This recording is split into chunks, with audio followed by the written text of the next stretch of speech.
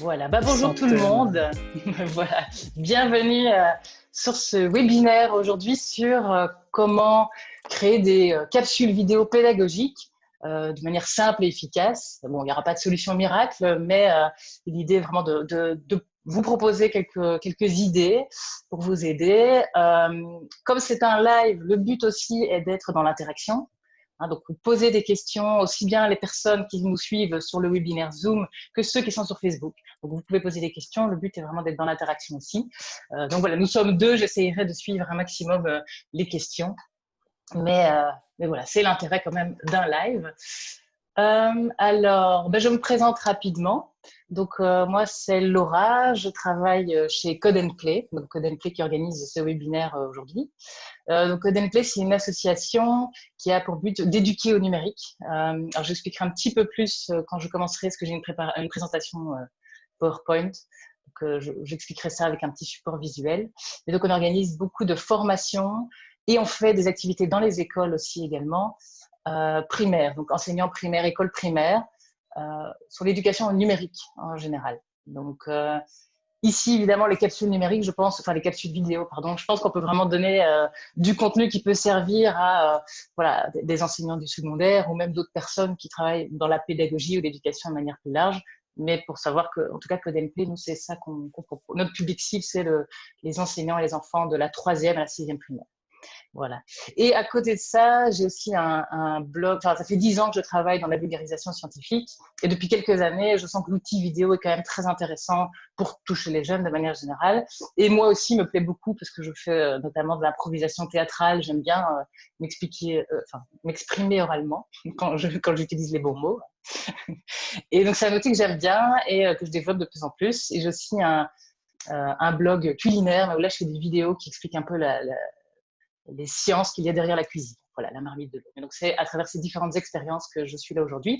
Et là, il y a Mathias qui est là aussi, qui va se présenter le temps que je puisse, sur Facebook, mettre les liens. Ben Donc voilà, moi, je t'en je prie. travaille, enfin bonjour à tous, je travaille pour une ASBL qui s'appelle Citizen Motion. Donc nous, c'est spécifiquement plutôt de l'éducation aux médias. Moi, j'ai un background, une formation en fait de journaliste et on travaille en fait avec des professionnels de l'audiovisuel, des réalisateurs de documentaires, des ingénieurs du son, des journalistes, etc. Euh, En partie pour réaliser nous-mêmes des projets audiovisuels, donc des capsules vidéo, des reportages, des campagnes vidéo de sensibilisation. Mais on a tout un pôle en fait qui est vraiment aussi lié à de l'éducation média avec des jeunes. Et donc là, ça va de jeunes en primaire jusque en secondaire, quoi, fin secondaire et même au-delà, puisqu'on a aussi quelques activités extrascolaires. Et l'idée, en fait, c'est réellement de réaliser avec eux des projets audiovisuels où eux sont principalement acteurs de ces projets. Donc, c'est eux qui prennent les outils audiovisuels pour réaliser des reportages, des émissions télé, des capsules vidéo de sensibilisation, etc., autour de différentes thématiques.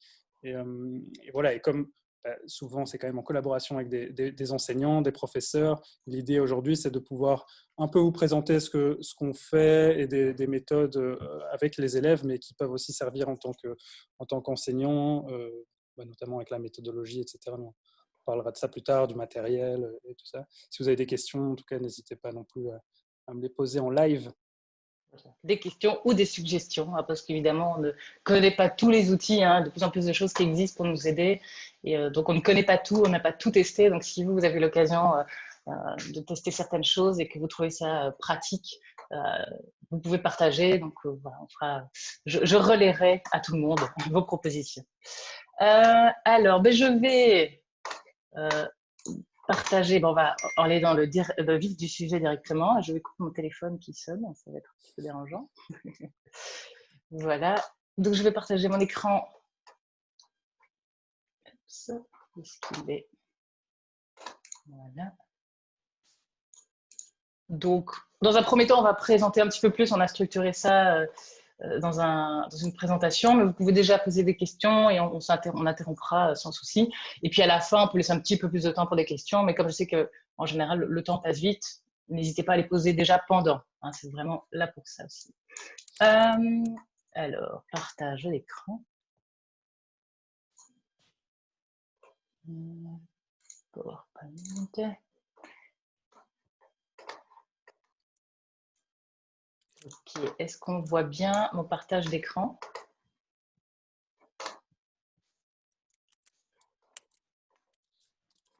Ouais, je pense que c'est bon. Je vais le mettre hop, en diaporama, ça serait quand même mieux. Splendide. Voilà. Moi, je vois en tout cas. Ok, super. Du coup, ouais, je vois un petit peu moins ce qui se passe sur Facebook, du coup, mais je vais... Ok, alors, Code and Play. Oups. Voilà, j'ai déjà un petit peu expliqué en deux mots au début, mais donc je vais rappeler un petit peu Code and Play, donc qui organise ce webinaire aujourd'hui, pour qui je travaille. On fait différentes activités. Et alors, je vais utiliser ceci. Donc, vous pouvez voir tout en bas, notre objectif premier, c'est d'éduquer au numérique. Alors, je précise au numérique parce que maintenant, on parle beaucoup quand même d'éducation par le numérique, hein, donc d'intégrer des outils numériques dans l'éducation au sens général. Alors ça, c'est un sujet qui nous intéresse beaucoup aussi. On organise d'ailleurs un live vendredi sur la thématique d'utiliser la robotique au service des socles de compétences, donc des apprentissages je vais dire, classique. Donc, pour le cours de maths, le cours de français même, la robotique peut être utilisée. On avait fait un autre live sur l'utilisation plutôt d'une tablette ou d'un ordinateur. Enfin, voilà, vous pouvez retrouver tout ça d'ailleurs sur notre page Facebook. Et donc, vendredi 16h30, là, on parle robotique au service des socles et des compétences disciplinaires. Donc ça, c'est aussi des sujets qui nous intéressent. Mais vraiment, nous, le cœur de ce qu'on fait chez CodeMP, c'est éduquer au numérique et donc, de manière plus générale, au langage informatique, à la robotique aussi. Et donc, c'est parce qu'on estime que les jeunes ne doivent pas être uniquement consommateurs du numérique, ceux qui sont quand même déjà beaucoup, mais aussi acteurs et donc comprendre comment fonctionne un ordinateur, comprendre comment on peut programmer un ordinateur ou un robot. Hein. Et pour ça, nous, on s'est dit, tiens, que plus on est jeune, plus on peut apprendre une autre langue. Et que l'informatique, c'est un petit peu la même chose, que si on apprend ça assez jeune, on aura plus facile à terme d'éventuellement pouvoir travailler dans ces métiers-là. Dans le numérique, voilà, il y a pas mal de débouchés de plus en plus. Mais même si on ne travaille pas là-dedans, d'être conscient des outils qu'on utilise et pas juste, comme je l'ai dit, les consommer. Voilà, c'est important en tant que citoyen de pouvoir intégrer ça. Et aussi pour nous, l'école primaire, c'est une cible parce que on peut toucher tous les. Voilà, on a accès en tout cas à tous les enfants à travers l'école, que ce soit les filles et les garçons. Les stéréotypes sont moins présents quand ils sont jeunes, donc on peut plus vite montrer que c'est accessible à tout le monde et que ça peut plaire à tout le monde, quel que soit son genre et quel que soit son milieu social aussi. Hein. À l'école, il y a la mixité sociale et c'est ça aussi que nous, c'est ça qu'on vise. Et qu'on fait vraiment, on a l'expérience de terrain. On fait énormément d'activités sur le terrain depuis 3 ans. Bon, évidemment, ces derniers mois, ça a été un petit peu plus compliqué. C'est davantage des activités en ligne. Mais donc, on a vraiment l'expérience de terrain d'éducation au numérique auprès des jeunes. Voilà. Et alors, pour que ça puisse atteindre davantage d'enfants, pour nous, la formation est très importante. La formation des enseignants qui, après, d'eux-mêmes, peuvent aussi être indépendants par rapport à l'utilisation et la transmission du numérique. Voilà, ça c'était pour le cadre Code and Play. Alors, notre sujet aujourd'hui, je vais quand même juste voir. Ce qui est embêtant, c'est quand je partage tout à fait, c'est que je ne vois plus. Je ne vois plus après ce qui se passe sur Facebook, en fait. Ça, c'est marrant. Je n'avais pas testé comme ça tout à l'heure. Est-ce que... Comment est-ce qu'on pourra faire? Ou est-ce qu'éventuellement, toi, tu pourrais le partager? C'est peut-être un peu... Qu'est-ce que tu veux que je partage? Partager toi, c'est-à-dire que je dois te l'envoyer. Écoute, on va faire comme ça. Je vais regarder sur mon écran s'il y a des questions. Hop, voilà. On va faire comme ça. Ça va, j'ai trouvé une solution. Ok. Alors, beaucoup trop connecté. Ouais, c'est ça. Aujourd'hui, il y a plein d'écrans partout, des vidéos partout. Ok. Donc, regarde peut-être toi aussi, Mathias, s'il y a des commentaires du coup dans le Zoom. C'est ça, tu y as accès et moi, je le vois moins. S'il y a une question, tu me dis. Donc, une capsule vidéo, en gros, voilà, l'idée n'est pas de faire un grand débat sur ce que c'est, une grande définition, mais ici, peut-être juste pour cadrer un peu le webinaire. On s'est dit, enfin voilà, moi j'ai résumé ça un petit peu en disant c'est une séquence vidéo plutôt courte et scénarisée qui a un intérêt pédagogique, en tout cas ici, Évidemment, on peut faire après des capsules vidéo qui n'ont pas d'intérêt pédagogique, qui sont plus pour s'amuser ou plein d'autres choses. Ici, en tout cas, voilà, il est question de ça. Et j'ai précisé courte et scénarisée parce que ça implique un choix, hein, parce que comme on fait un montage, généralement, ça nécessite quand même un montage. Après, on peut faire du tourné-monté, mais voilà.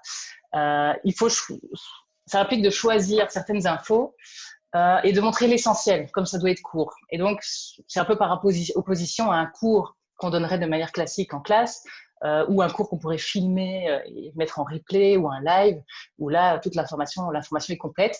Ici, dans une capsule, c'est quand même l'idée de faire court et d'aller à l'essentiel. Voilà, donc en gros ici pour ce webinaire, ce qu'on vous propose, c'est de voir en 3 points ici. D'abord, regardez un peu l'intérêt de faire des capsules. L'idée n'est pas de s'étendre sur ce sujet-là, parce que je pense que si vous êtes là dans ce webinaire, c'est que ça vous intéresse. Voilà, le débat est sans doute très intéressant, mais voilà, en gros, c'est pas l'idée de parler de ça des heures, de montrer un petit peu différentes formes possibles aussi, et de regarder les avantages et les limites, éventuellement comment, mais ça c'est plus par la suite, comment on peut limiter ses limites, limiter ses contraintes peut-être. Voilà. En point 2, là, quelques conseils en termes d'efficacité, parce que c'est quand même l'intitulé aussi du webinaire. Je pense que ce ne sera pas exhaustif, hein, donc là aussi, si vous avez des idées, partagées, et peut-être qu'en parlant en direct, on aura d'autres idées. Mais voilà, quelques petits points, quelques astuces pour que la vidéo soit relativement efficace. Et puis en pratique, hein, l'autre partie de l'intitulé, c'est comment faire pour que ce soit simple.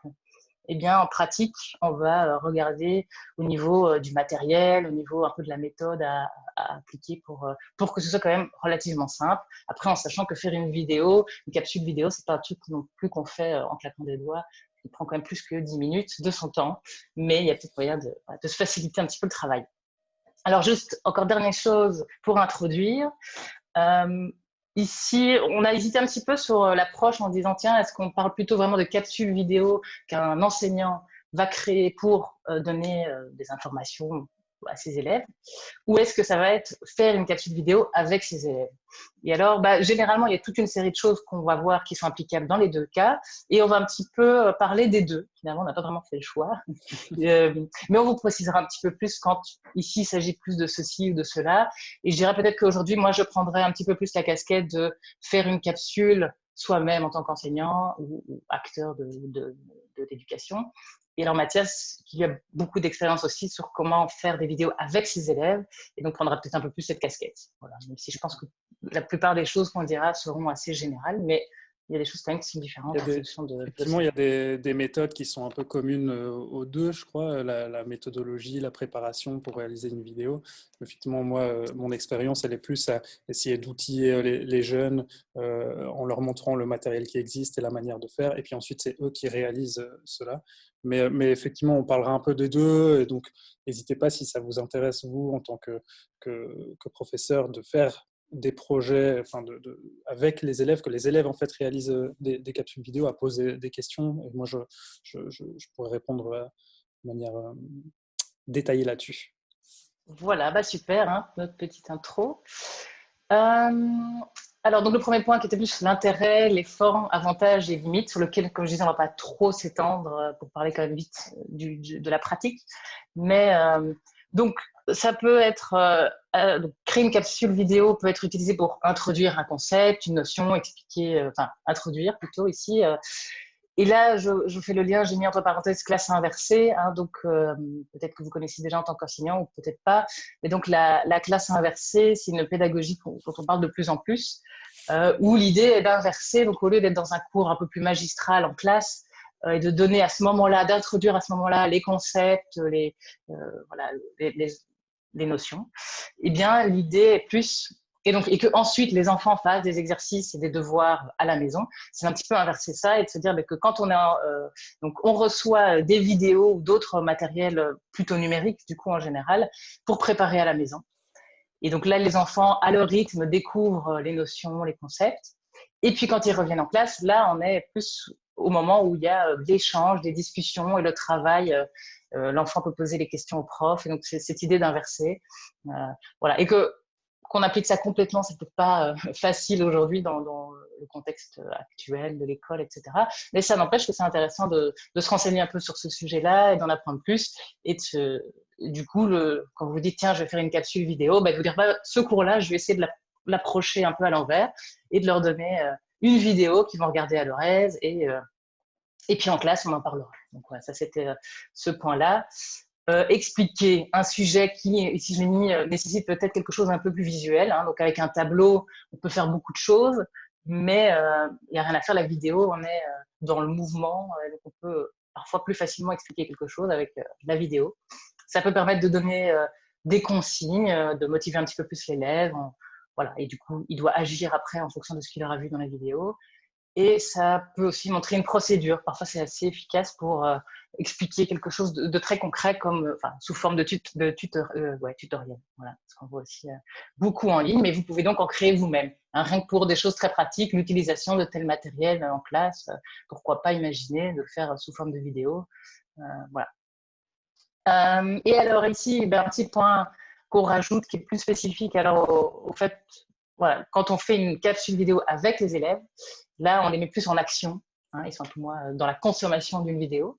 Et donc là, on implique plus les élèves. Et donc, comme ils sont acteurs de l'apprentissage, ça va peut-être être une bonne façon pour eux d'apprendre. Ils vont peut-être mieux retenir encore. Déjà, regarder une vidéo permet parfois de mieux retenir, hein, surtout des élèves qui sont une intelligence assez visuelle. Donc voilà, Mathias, je vais peut-être préciser un petit peu ce point-là. C'est simplement comme effectivement tu l'as dit tout à l'heure que faire une vidéo, ça ne se fait pas non plus en un claquement de doigts. Il y a la préparation, il y a le tournage, parfois le montage à la fin. En fait, ils prennent réellement du temps pour aborder un concept, une thématique, un sujet, pour essayer de le rendre compréhensible en vidéo à d'autres gens, puisque la vidéo a toujours un public cible, on va dire. Donc l'idée, en fait, c'est vraiment qu'en fait, les jeunes, en étant acteurs de leur apprentissage, en réalisant eux-mêmes une production audiovisuelle, sous quelle que soit la forme, hein, que ce soit un petit reportage, une capsule de fiction, etc., ils vont réellement ancrer en fait les notions qu'ils sont en train d'aborder. Et par expérience, c'est vraiment des sujets qui sont encore toujours très présents en fait, chez l'élève quelques mois ou quelques années plus tard. C'est quelque chose dont ils se souviennent beaucoup plus que s'ils avaient simplement vu une vidéo qui parlait de cette même thématique, puisqu'ils ont dû réellement faire des recherches. Souvent, en fait, les projets qu'on fait, c'est un peu à la manière de journalistes, etc. Ils font des recherches et puis ils réalisent une capsule audiovisuelle sur une thématique. C'est vraiment une très chouette manière, je pense, d'apprendre un sujet en profondeur, finalement.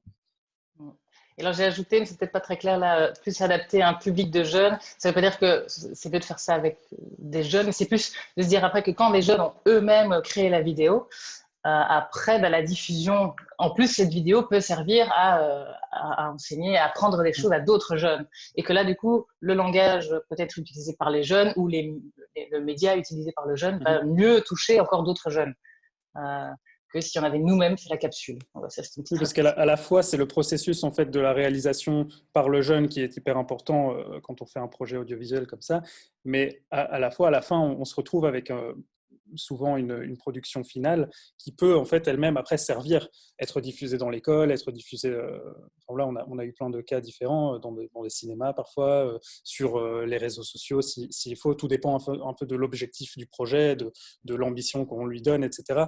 Mais l'idée, c'est qu'après en fait cette capsule vidéo réalisée puisse servir et éventuellement servir en fait à d'autres jeunes du même âge, de la même tranche d'âge, puisque comme elle aura été réalisée par des jeunes, a priori, le langage, etc., sera adapté en fait à ce même public, quoi. Ouais. Ou même l'année suivante, si on n'a pas le courage de faire ça chaque année. Hein. Voilà. On n'a pas toujours des classes qui permettent de faire ce genre de projet. Il faut s'adapter un peu à plein de choses. Alors voilà, ensuite, juste, rapidement après, voir un peu différentes formes, formats qui existent, qu'on peut utiliser pour faire une capsule. Donc je pense que la première chose à laquelle on pense, c'est des séquences filmées. Donc là, en termes de matériel, on fera un petit état aussi de différents outils qu'on peut utiliser pour filmer, hein, le smartphone, le tablette, appareil photo, caméra, voir un peu les inconvénients et qualités de chacun. Et donc, on peut se filmer soit de soi-même devant le tableau en classe, soit de soi-même devant quelque chose d'assez neutre. On peut filmer une expérience aussi. Hein, si on n'a pas envie de la reproduire à chaque fois qu'on donne le cours, aussi pas souci d'économie pour le matériel, donc ça peut être très intéressant de filmer une expérience. Ici, alors ben là, c'est plus peut-être quand on est en projet avec les jeunes, ils peuvent faire un reportage journalistique. Ils peuvent aussi, alors, dans ce cas-là, faire de la fiction, hein, parce que le but ici pour eux est plutôt de faire un travail de groupe, de se mettre en projet. Et donc la fiction peut être très intéressante et les motiver aussi pour travailler l'imaginaire, hein, aussi. Interviewer des spécialistes, ça peut être un chouette moyen pour que les jeunes apprennent des choses. Euh, voilà. Plutôt que de Ça, toujours même entendre le prof, ils peuvent aussi aller en même interview. en tant que justement en tant qu'enseignant, en fait, vous pourriez tout à fait en fait interviewer des spécialistes, intégrer ça dans vos cours, en fait, avoir des petites capsules vidéo qui sont des extraits d'interviews qui viennent, je sais pas, étayer les propos que vous avez vous-même dans vos cours. Donc Mhm. ça peut avoir un côté Ouais, intéressant à ce niveau-là aussi. tout à fait. Enfin, voilà. En tout cas, dans les séquences filmées, il y a plein de choses possibles. Donc ça, c'est la première chose. Puis alors, il y a tout ce qui est plus capture d'écran. Donc ici, ça, j'ai pas détaillé, mais oralement, s'il y en a qui ont des questions par rapport à ça, j'ai déjà testé l'une ou l'autre chose. Et donc, capture d'écran, ben là, c'est par exemple, si vous voulez montrer, hein, dans le tuto, on peut faire un tuto quand on veut montrer aux enfants comment s'inscrire sur un certain site qu'on utilise pour partager de l'information avec eux. Ben, on peut utiliser un programme qui va capturer l'écran et alors on va pouvoir montrer et même parler en même temps pour dire, ben voilà, vous allez là, vous cliquez là, vous entrez un mot de passe, etc. Donc, vous pouvez vraiment expliquer une série de choses. Vous pouvez aussi ajouter un diaporama et du coup, bah, que ce soit ce diaporama et la voix que vous portez derrière qui fasse. Vous pouvez me rajouter votre petite vidéo aussi en petit à côté. Il y a pas mal de choses possibles. Donc ça, c'est une autre option, c'est capturer l'écran, la vidéo de votre ordinateur. Il y a d'autres choses qui existent aussi. Là, s'il y a des gens qui ont pu tester des choses, n'hésitez pas à me donner des idées. Mais il y a, par exemple, ce qu'on appelle les doodles. Ça, c'est quand on voit une main comme ça, toutes des vidéos animées. On voit une main qui dessine sur des tableaux blancs. Je sais qu'il y a des sites et des programmes, des logiciels qui existent pour les faire. Donc ça, il faut regarder un petit peu. Personnellement, j'ai pas une grande expérience là-dedans, mais s'il y en a qui ont des idées. Il y a d'autres programmes aussi. Si vous n'avez pas envie de vous filmer, de montrer votre tête, il existe toute une série de choses. On peut avoir des petits avatars animés. Et ça peut amuser les enfants, peut-être les plus jeunes aussi, et ça peut capter un peu plus l'attention. Donc là, ouais, s'il y en a qui ont pu tester des choses partagées avec nous pour faciliter un peu ces aspects-là. Nous, on parlera un petit peu plus du film, mais si vous avez de bons conseils, on est preneurs et on partagera. Voilà. Et alors évidemment, on peut faire un mix de tout ça. Et alors, on a rajouté encore en dessous aussi le stop motion. Donc là, le principe, c'est de prendre toute une série de photos et de les mettre ensuite les unes après les autres. Et donc là, ça nous fait un film qui est en fait constitué de plein de photos qui se suivent. Un peu à la manière, enfin, il y a des films assez... c'est Chicken Run, je pense. Qu'est-ce qu'il y a d'autre? Toute une série Oui, de voilà, c'est films. gros mythes, etc. Voilà, c'est fait. Et par exemple aussi, pour des tutoriels, ça pourrait assez bien marcher, hein, ou comme on voit toutes les recettes de cuisine comme ça sur les réseaux sociaux qui vont très vite, ben c'est ça en fait, hein, ils prennent toute une série de photos, ou alors ils font des accélérés. Ça. Mais pourquoi pas aussi penser à l'option d'accélérer. Parfois, quand vous faites une vidéo, comme ça doit rester court, surtout si vous faites une expérience, n'hésitez pas à accélérer. Et ça, on verra dans les logiciels de montage, c'est assez facile à faire. Voilà. Alors, point suivant. Est-ce qu'il y avait est-ce qu'il y a des questions dans le... Non, Non. pas pour le moment en tout cas. Parfait, donc je vais remettre le... Hein, donc, n'hésitez pas à nous interrompre s'il y a des petites questions. Ensuite, bon, ben, je vais remettre vraiment le diapo. Voilà, les différentes formes. Donc ça, on a vu. Rapidement, avantages et limites. C'est quand même important d'en être conscient. Globalement, les capsules vidéo en général, que ce soit l'élève qui le regarde ou que ce soit le fait d'être en projet et que les jeunes créent eux-mêmes leurs propres capsules, dans les deux cas, ça motive l'élève. Ou après, vous pouvez faire une vidéo que l'élève doit regarder qui est vraiment pas très motivante, hein, c'est sûr, ce sera le point suivant où on expliquera un petit peu comment faire une vidéo efficace. Mais globalement, les jeunes aiment bien soit regarder des vidéos, soit l'idée de filmer et de faire eux-mêmes une vidéo, en général, ça les motive. Donc ça, c'est un avantage. Ça augmente l'attention, que ce soit par la mise en projet, que ce soit juste regarder la vidéo.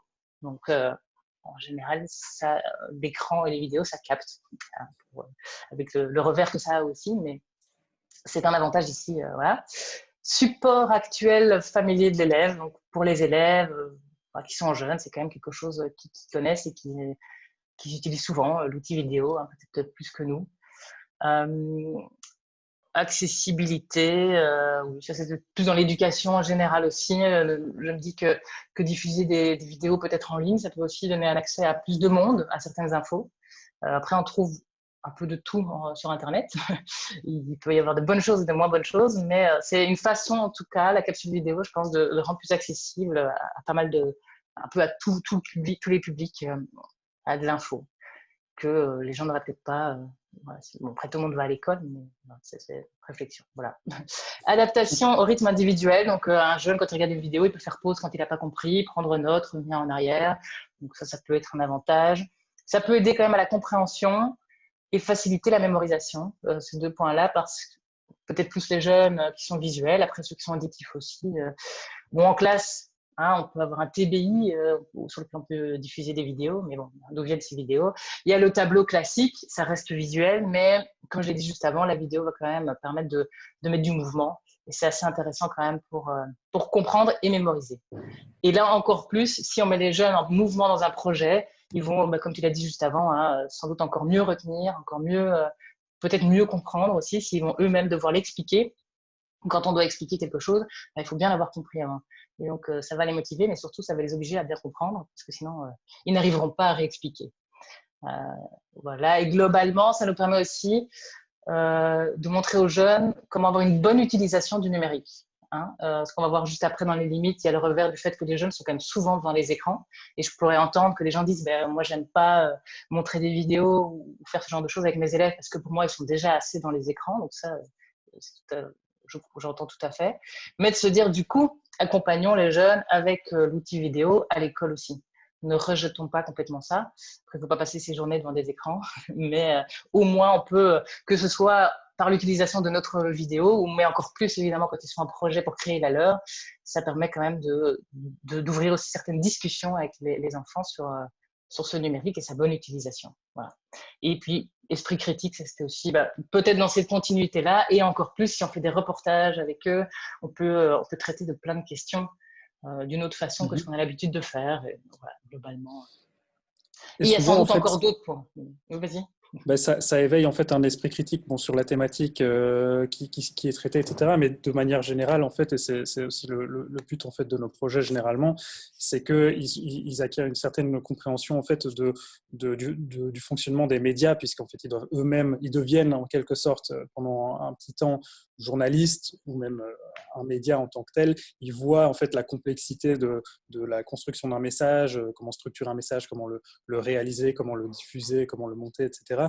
Et donc, il y a réellement une compréhension, c'est ça, du fonctionnement en fait d'un média, et jusqu'à comprendre que voilà, monter une vidéo, c'est construire un message qui peut être manipulateur aussi. On peut faire raconter un peu tout et son contraire à une image, à du son, et c'est quelque chose qui généralement se travaille en fait en filigrane de la thématique qui a été abordée. Donc, à la fin des projets qui sont réalisés, généralement, ils ont un peu une vision, on va dire, globale. En tout cas, on essaye de leur transmettre ça des médias en général, en plus voilà, d'une thématique qu'ils auront pu aborder de cette façon-là et qui comme c'était marqué là, qui aura permis en fait, de mieux mémoriser peut-être le sujet, de mieux le comprendre, de mieux le transmettre aussi. Et le tout en ayant en fait utilisé des outils du quotidien. Si c'est des projets qui sont réalisés avec des smartphones, par exemple, c'est des projets qu'ils ont, des outils qu'ils ont au quotidien, mais qui ne sont pas nécessairement en fait au courant de toutes les possibilités que leur offre ce smartphone. Alors, ils savent qu'on peut filmer, qu'on peut prendre des photos, mais ils ne connaissent pas nécessairement le logiciel de montage qu'il y a ou la manière de monter ça pour que ce soit efficace. Et du coup, c'est vraiment en fait des projets généralement qui sont vraiment multiformes. Ouais, multidisciplinaire. C'est ça. Ok, et alors pour les limites, hein, faisons vite, comme ça après on passe au côté plus pratique, mais c'est intéressant de comprendre les limites pour voir après dans la pratique comment on peut passer outre éventuellement. Donc voilà, ça on en a déjà parlé, de se dire que les élèves sont beaucoup dans les écrans, donc ça c'est dommage. En même temps, quand ils sont en projet de filmer et de réaliser eux-mêmes leur capsule, ils sont pas devant un écran, ils sont en général derrière, enfin derrière la caméra plutôt. Et donc là c'est pas le cas. Enfin, quand ils regardent vos capsules, ils sont devant, mais la capsule, c'est quelque chose de court et à vous, évidemment, de voir comment après traiter ce qu'ils auront appris en regardant la capsule. Autre limite, l'équipement, le matériel. On peut se dire, voilà, moi, j'ai pas grand-chose. Il faut quand même un bon matos, ça coûte cher, je ne m'y connais pas. Donc ça peut être une limite. La diffusion, l'accès. Là, je pense plus peut-être si nous-mêmes on crée donc nos vidéos, même si les jeunes sont tous les jours devant des écrans. On a vu ici aussi avec le confinement en discutant avec des enseignants, que c'est quand même pas facile de s'assurer que tous les élèves ont un accès facile à Internet et à un ordinateur. Voilà, aujourd'hui, c'est pas encore le cas vraiment pour tout le monde, donc il faut voir un petit peu aussi dans quelle mesure les enfants peuvent bien avoir accès à la vidéo que vous avez créée. Compétences, donc ça, les limites, ça peut être vous-même, vous vous sentez limité dans vos compétences, et les élèves aussi, voilà, que ce soit dans la compétence à regarder la vidéo ou à la créer. Et je pense aussi, du coup, ça rejoint ce qui est mis après, autonomie de l'élève, et quelque part, du coup, il faut faire confiance en ses élèves, que ce soit quand ils se lancent dans un projet comme créer une capsule, mais dans l'autre sens, s'ils sont simplement, si vous leur donnez une capsule en disant, voilà, chez vous, vous regardez cette capsule et on en parle demain, est-ce qu'ils vont bien la regarder, est-ce qu'ils vont convenablement la regarder, ça, c'est fait partie de ça aussi. Ça implique un petit peu une autonomie de leur part. Et ça demande du temps aussi, je pense. On parlait de moyens matériels, mais aussi le temps, c'est quand même quelque chose dont on dispose très peu en tant qu'enseignant, et voilà. Mais bon, avec toutes ces limites, il y a moyen de faire des choses. Et donc, alors, plus concrètement, s'il n'y a toujours pas de questions, hein. Non. Confirme-moi. Okay, tout est clair. De toute façon, l'idée à la fin aussi, c'est on coupera la présentation, on réservera un temps pour échanger un petit peu plus. Alors ici, au niveau en termes d'efficacité, voilà, on a mis quelques points qui nous paraissaient essentiels pour qu'une capsule soit efficace. Il y a sans doute encore, c'est non exhaustif, il y a sans doute d'autres idées. Et alors après, on va voir dans la pratique tous les aspects pratiques, et là, ça nous aidera peut-être à simplifier la réalisation d'une capsule. Et donc pour l'efficacité, on parle très souvent qu'il faut un format court. Moi qui fais quand même pas mal de capsules, ça a toujours été mon grand désarroi, parce que c'est très difficile en fait de faire quelque chose de court, surtout quand on est passionné par son sujet. Et donc en tant qu'enseignant, je pense que vous connaissez bien votre sujet, vous l'aimez, et donc il va falloir vraiment se restreindre pour faire court.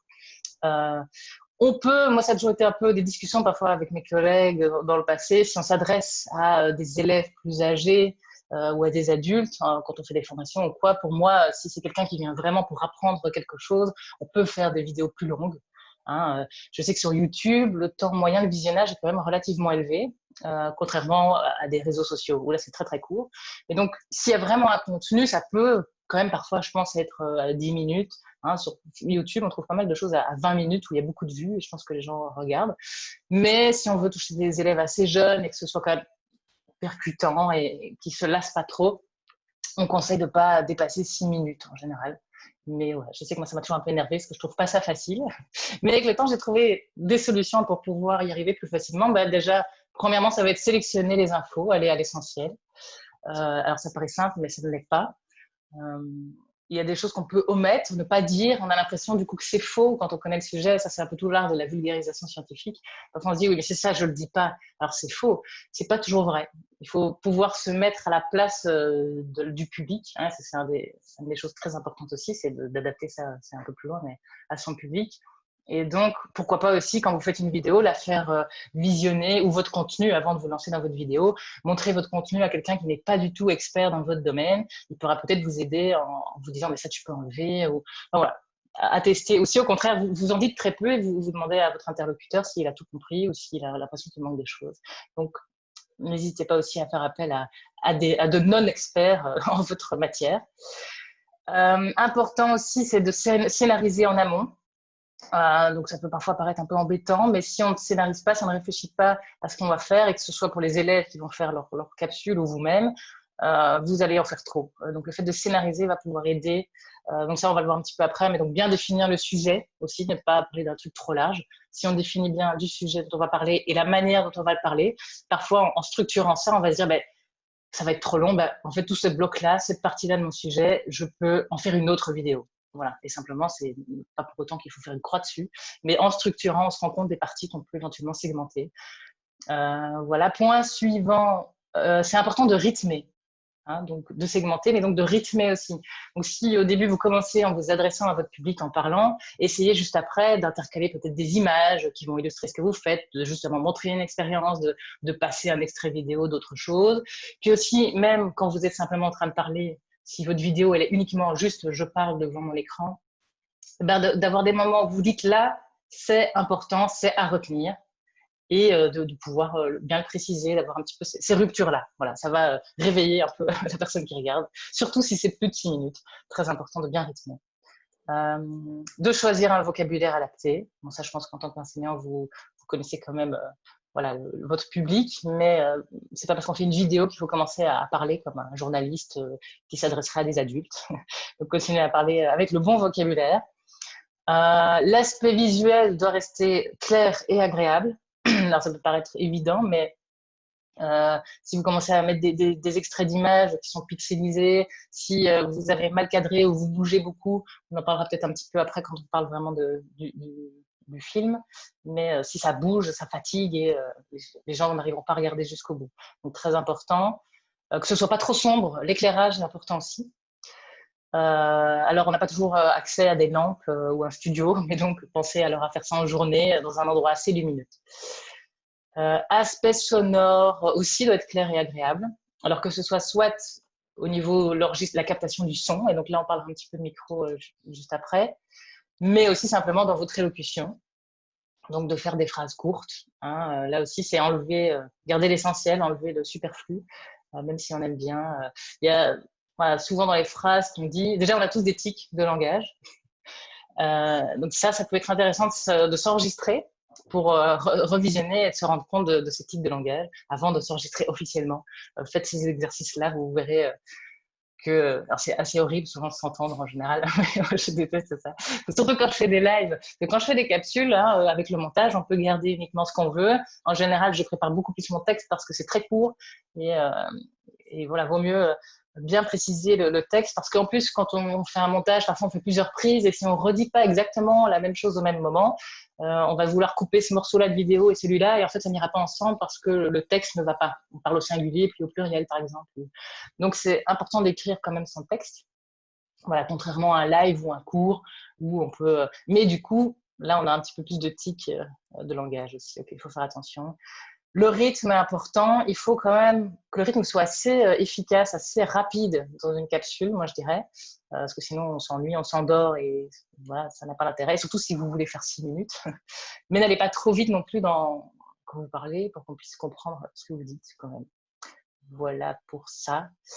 Bien choisir le format de sortie et diffusion. Bon, ça, c'est peut-être moins dans l'efficacité, mais ça n'empêche que, en tout cas en termes d'efficacité aussi pour vous de travail, voilà, de directement prendre le bon format, sinon vous allez galérer si vous avez plein de formats différents. Et qu'en général, en termes de poids, de compatibilité, le MP4 est pas mal. Je ne sais pas si tu es d'accord avec ça, Mathias. Oui, oui. C'est un format compressé qui est vraiment fait pour pouvoir être vu et envoyé en fait et mis en ligne assez facilement. Ok, super. Bah, il y a peut-être encore d'autres choses pour faire des capsules efficaces, mais ça me paraît en tout cas important. Voilà. Ok, alors, méthodologie. Ici, de nouveau, si vous avez des questions, vous nous interrompez et on y répond. Des questions, des suggestions. Méthodologie, ici, donc ça c'est vite les points. Maintenant, on passe au dernier point de la présentation, avant qu'on puisse faire vraiment des questions-réponses et vous montrer peut-être un petit extrait, on verra, en fonction du temps et de vos questions. Et donc ça, c'est le dernier point maintenant, c'est vraiment la pratique. Comment on peut simplifier peut-être la création d'une vidéo, que ce soit avec ses élèves ou pour soi-même. Hein, parce que souvent, ce qui nous bloque, j'ai l'impression, ce qui nous bloque pour faire ce genre de choses, c'est qu'on se dit ça va me prendre plein de temps. Et c'est pas faux. Hein, ceci dit, ça prend quand même du temps de faire une vidéo ou de mettre des élèves en projet pour créer des vidéos. Mais on l'a dit tout à l'heure, ça marche, ça vaut la peine parce qu'ils vont vraiment bien retenir. Donc, vous allez peut-être passer un peu plus de temps à créer le contenu. Déjà, après, ça peut être réutilisé chaque année aussi, éventuellement. Donc, ça peut être du temps qui est prévu et qui peut être réutilisé. Donc, ça, c'est à mettre dans la balance. Et que les élèves vont mieux retenir, éventuellement, vont mieux comprendre. Et donc ça, c'est aussi à mettre dans la balance. Mais donc quand même, pour vous simplifier et que ce soit un petit peu plus efficace quand vous vous y mettrez, ici, voilà, les 8 points qu'on va aborder maintenant. Il y a définir le thème, ça j'ai déjà un petit peu dit, hein, thème, objectif. Donc le thème, pas trop large. L'objectif, on va voir juste après comment fixer un bon objectif et que c'est important parce que sinon on peut partir dans plein de sens et perdre du temps, tout simplement. On va faire état un petit peu des moyens. Enfin non, ici le numéro 3, ça veut dire que c'est soi-même faire état en tant qu'enseignant ou en tant que pédagogue, faire état des moyens dont on a à disposition. Et vous allez voir qu'il y a plusieurs types de moyens, mais avant de se lancer, faire le point là-dessus, c'est important. Rédiger un scénario ou de manière plus complète, un storyboard. Hein, ça, les élèves, ils ont intérêt à le faire, mais même vous, si vous faites votre capsule, faites-le. Ça peut être rapide, hein, vous n'êtes pas obligé de faire un roman écrit, mais ça vous aidera. Choisir le matériel. Ça, on va donner quelques conseils et les bonnes pratiques liées aussi à l'utilisation de ce matériel. Ensuite, on va voir quelques petits tuyaux pour trouver des ressources, des vidéos, des images, de la musique qui soient libres de droit. Donc ça, on a listé quelques sites. Et alors, je vais mettre aussi un lien après, quand je te laisserai peut-être un peu la parole, Mathias, sur un des points suivants. Je mettrai un lien que j'ai déjà mis sur Facebook. Il y a déjà le lien en commentaire où vous pouvez vous inscrire pour recevoir des informations déjà de manière générale sur nos formations Code & Play, mais où je pourrais aussi, surtout ceux qui sont sur Facebook, parce qu'on n'a pas votre email, comme ça on peut vous envoyer le PDF de la présentation ici et où les liens qu'on va citer sont repris. Donc voilà, cliquez sur le lien et donc là vous vous inscrivez à une petite newsletter où on vous donnera les informations concernant les formations et ceci. Et après, ça reste une newsletter, donc vous choisissez ou pas de rester. Mais donc de cette manière-là, on pourra vraiment vous donner le contenu ici. Et alors, dans quelques minutes, quand Mathias parlera un petit peu plus, alors je mettrai moi-même le lien sur le Zoom en commentaire. Donc voilà, là, sur Zoom, je n'ai pas encore mis le lien pour se connecter, mais donc je vais le faire d'ici peu. Parce qu'il y a quelqu'un qui demande justement si on peut mettre les liens dans la conversation ici. Ah ouais. Ah bah je pourrais faire un copier-coller aussi éventuellement dans la conversation.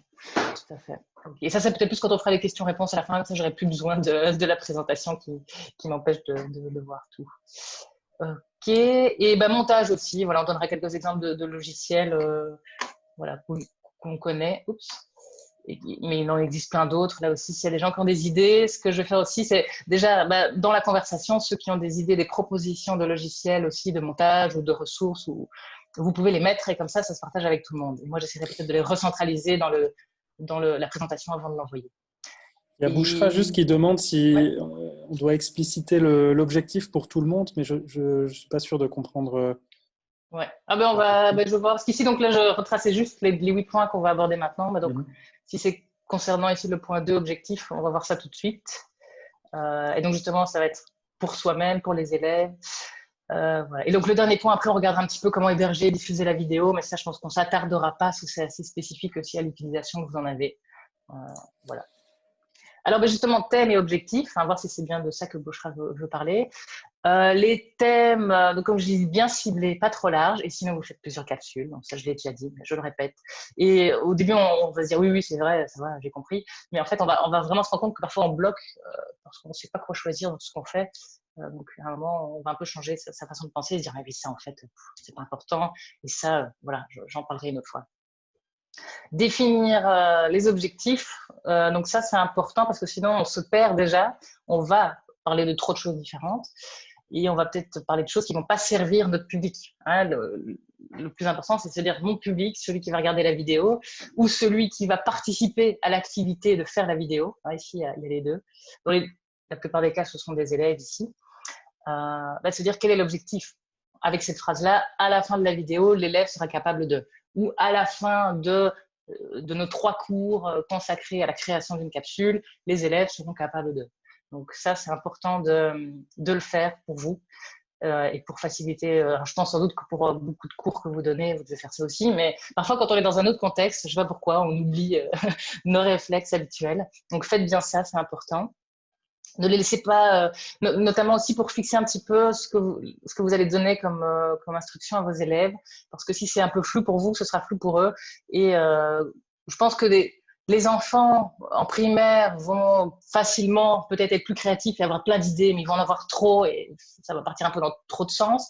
Qu'en secondaire, les ados vont peut-être plus face à une feuille blanche et dire bon, je ne sais rien moi. Et donc, dans tous les cas, si vous leur donnez quand même des instructions plus précises, qui vont découler des objectifs que vous vous êtes fixés, ce sera plus facile aussi pour les enfants ou pour Et les élèves. surtout, se fixer un objectif, ça permet réellement de savoir où on va. Donc, par exemple, en tant qu'enseignant, si l'objectif de ma vidéo, c'est d'introduire au cours, je sais que c'est une introduction et que du coup, je ne dois pas aborder toutes les thématiques dans ma vidéo et que c'est normal si elle n'aborde pas tous les points. Et pareil pour les élèves.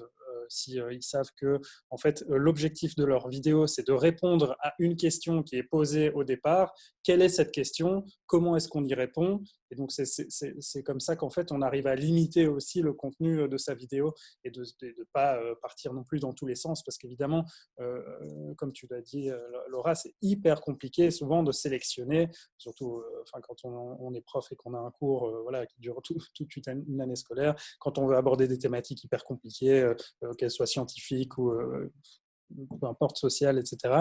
Et du coup, il faut réellement avoir cet objectif en tête avant la réalisation de la capsule vidéo auquel en fait il faudra répondre à la fin par cette capsule ou avec le projet réalisé par les élèves. Ouais. Ouais, non, ça permet vraiment de. Et que ce soit pour soi ou pour, voilà, pour les élèves après, hein, quand ils sont en projet, c'est peut-être ça que tu voulais dire, mais donc, quand les élèves vont dire, ouais, mais donc là, maintenant, on a fait cette expérience, mais qu'est-ce qu'on fait? Parce que nanani, nanana, ils vont se retrouver perdus un peu dans leur travail. Et donc, pour les accompagner et trouver des solutions, revenir souvent à l'objectif de base ou la question de base, ça surtout en sciences, mais dans d'autres matières, c'est intéressant, de revenir, tiens, mais quelle était ma question de base?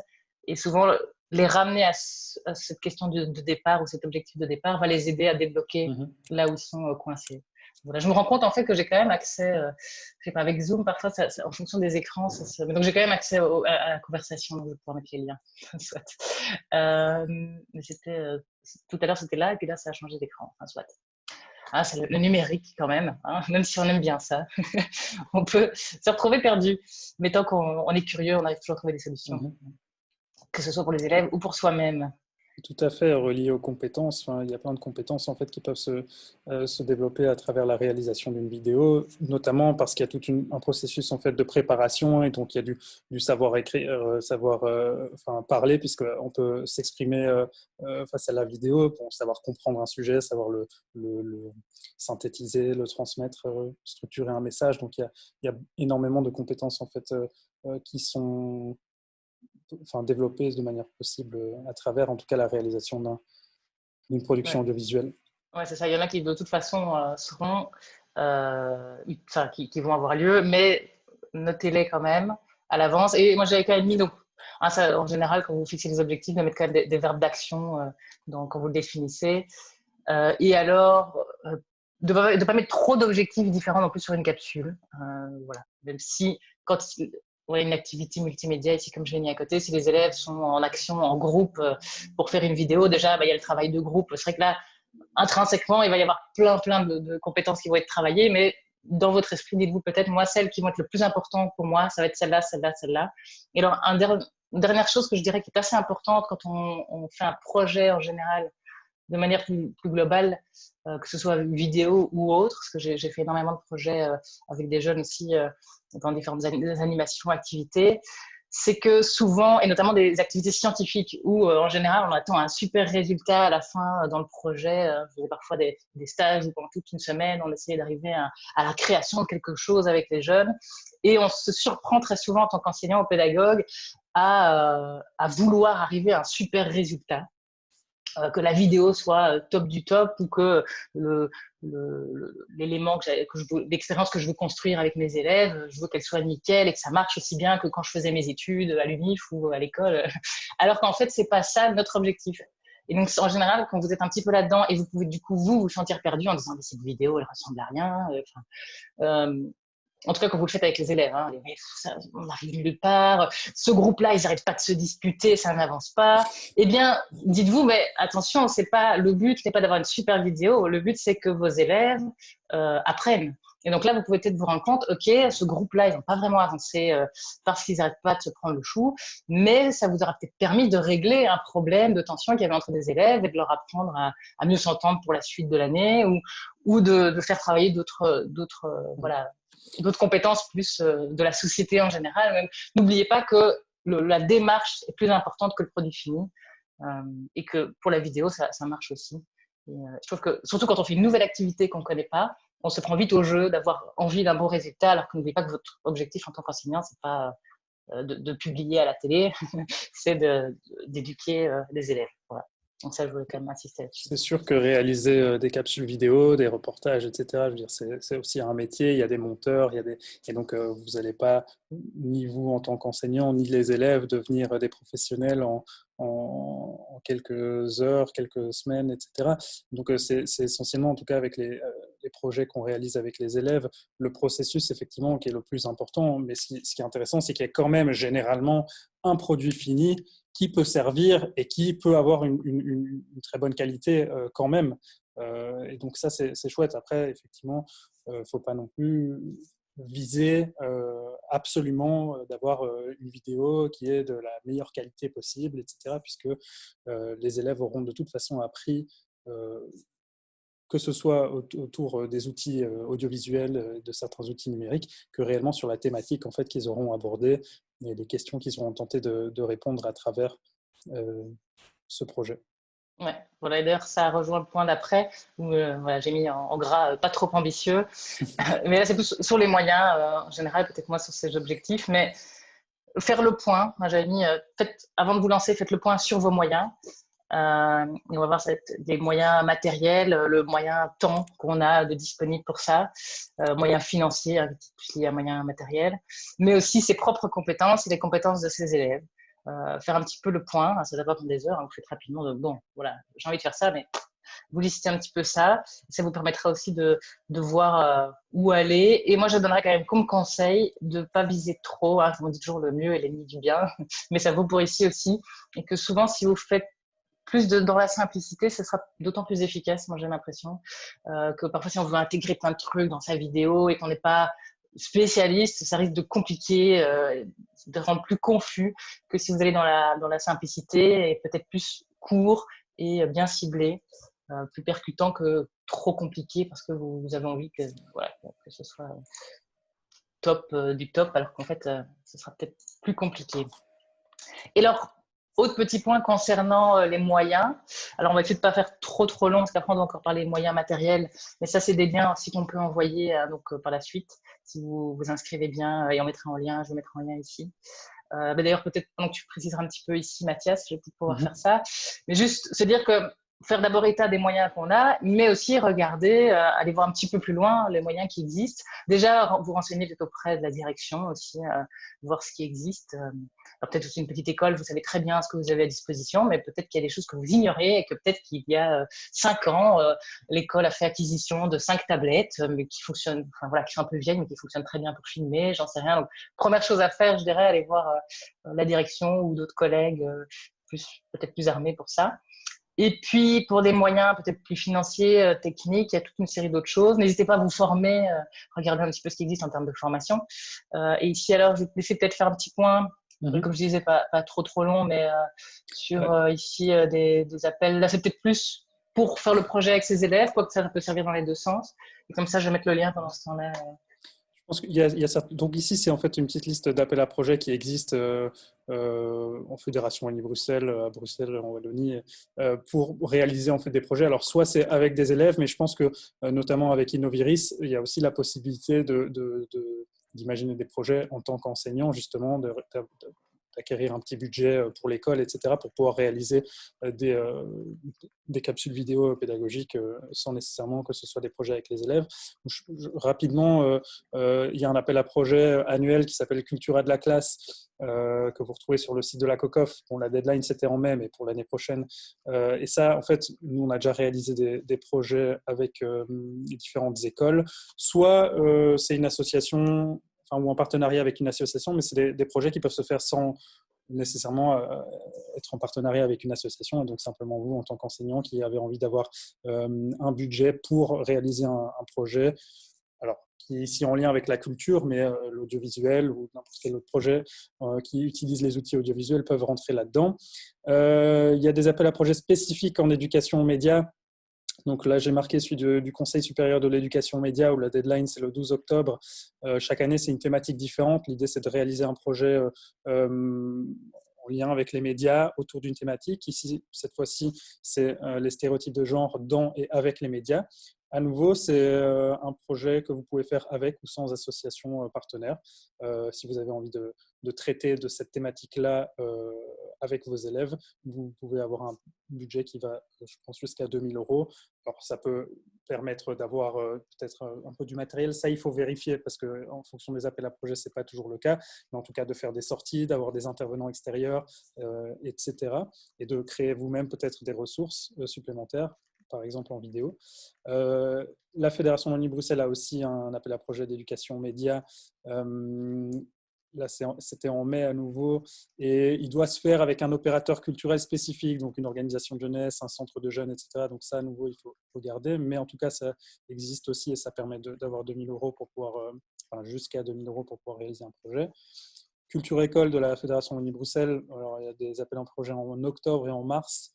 À nouveau, le collaborateur doit avoir une reconnaissance spécifique, mais on n'est pas obligé d'avoir un collaborateur. On peut aussi faire ça simplement en tant qu'enseignant, voilà, avec les ressources qui sont à disposition à l'école et en ayant ce budget supplémentaire.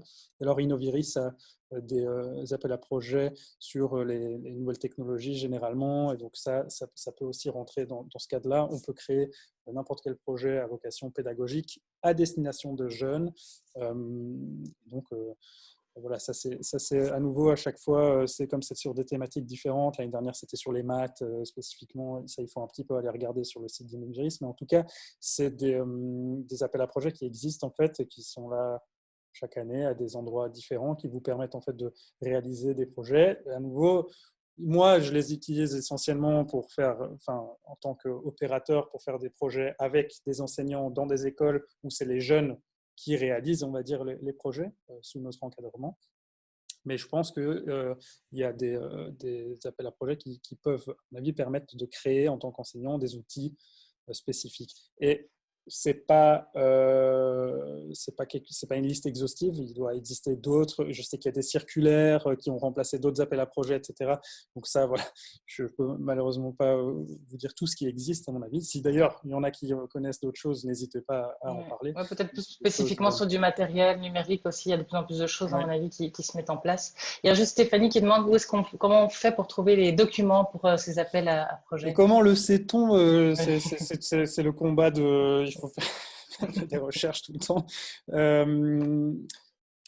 Après, par exemple, la COCOF, enfin, je peux peut-être après essayer de vous mettre les liens dans la discussion ici de toute façon.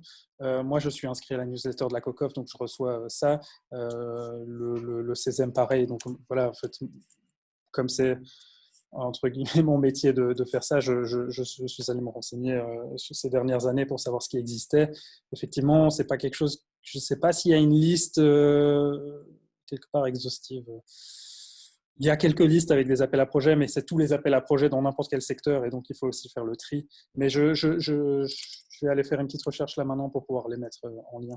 Voilà. Et, ou peut-être si, voilà, en tant qu'enseignant, si vous contactez toute une des associations enfin, voilà, qui sont mises là en dessous, dont Citizen Motion, dont tu fais partie, peut-être que aussi peut vous aider à trouver des liens parce que nous, et voir le faire ensemble, quoi. Ces appels à projets peuvent émaner en fait des deux côtés. Donc, soit un enseignant a un projet en tête et se dit tiens, j'ai envie de contacter une association parce que j'ai un projet, et donc on nous contacte, nous ou d'autres associations que j'ai remis ici en lien. Mais parfois, c'est nous qui cherchons une école pour trouver un projet. Donc, en fait, ça peut marcher des deux côtés. Donc, il y a un site internet qui s'appelle Saturn, sa-tourne.be, que je mettrai aussi en lien là, en fait, qui regroupe tout plein d'associations dont on fait partie, qui font des projets d'éducation aux médias avec des jeunes, et sous différentes formes. Donc, il y a du stop motion, comme on l'a dit tout à l'heure, c'est de l'image par image, par des photos. Du reportage, nous, on fait pas mal de reportages, des émissions de télé où les jeunes prennent un peu le rôle de journaliste et essaient d'expliquer des thématiques différentes, mais aussi des capsules vidéo de fiction pour sensibiliser à des thématiques, un peu comme si on faisait une campagne de sensibilisation sur le harcèlement scolaire notamment. On a fait un projet comme ça aussi. Donc là-dedans, il y a plein d'associations qui sont regroupées. Hypercut, ils font du stop motion. Loopyot, c'est plutôt de la fiction. Citizen Motion, nous, c'est voilà, reportage, etc. Action Média Jeune, ils font des chouettes choses. Donc, si vous allez sur le site de Saturn, vous trouverez pas mal d'exemples en fait, de projets qui ont été réalisés avec ce genre d'appel à projet et ce genre d'association. Et généralement, enfin, sur le site, je pense qu'il y a moyen de contacter, d'aller plus loin. Ouais, cool. Ouais, puis en général, vous, ça vous aidera aussi de pouvoir compter sur d'autres personnes et d'avoir ensemble l'école et le partenaire des moyens financiers et d'avoir l'expertise et du temps aussi qui peut être fait grâce au. Voilà, dans les associations comme ça, on essaie toujours d'entrer en contact avec des enseignants et de l'autre côté, je pense Oui. qu'il y a un besoin aussi. Donc, autant se contacter tous ensemble. Voilà, donc J'ai tu mis as mis le le lien. lien parce qu'il était celui de Stéphanie Ok. n'est pas bon, donc c'est Je vais mettre ça-tourne.be. je vais remettre le lien sur Facebook aussi. Hop, ça, je vais vite alors devoir faire comme ça. Comme ça, c'est plus facile pour mettre ça sur Facebook.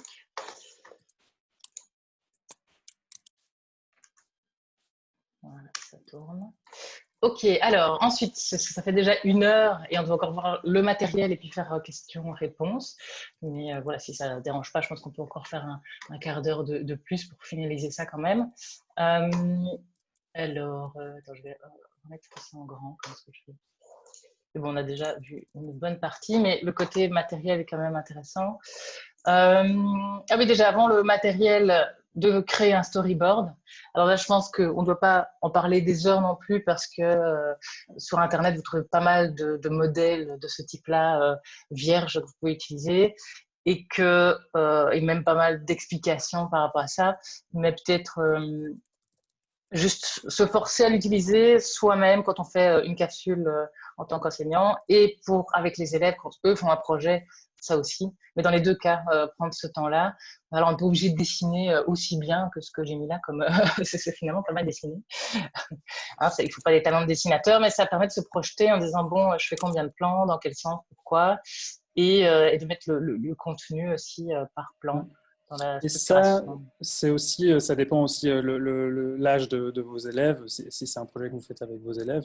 Parce que bon, un storyboard, ça se fait par n'importe quelle personne qui travaille dans le monde audiovisuel pour faire réaliser des films, etc. Donc, c'est pas quelque chose nécessairement à faire avec des petits, mais c'est une activité qui est assez chouette à faire avec des petits parce que ça peut mêler justement un peu de dessin et donc une activité assez ludique, mais pour structurer en fait une vidéo qui va exister par la suite.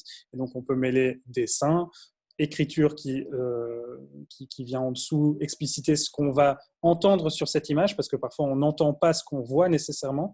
Il va y avoir une image, ici on voit une cabane, mais on pourrait très bien entendre la voix, le commentaire d'un journaliste, par exemple, ou une musique qui n'a rien à voir avec le son de l'image. Donc c'est très important en fait de pouvoir distinguer image et son dans la préparation en fait de notre capsule vidéo. Ici, je veux qu'on voit le tableau avec des écritures, mais je veux qu'on entende le discours de Martin Luther King qui voilà, je ne sais pas, ça dépend de votre contenu évidemment.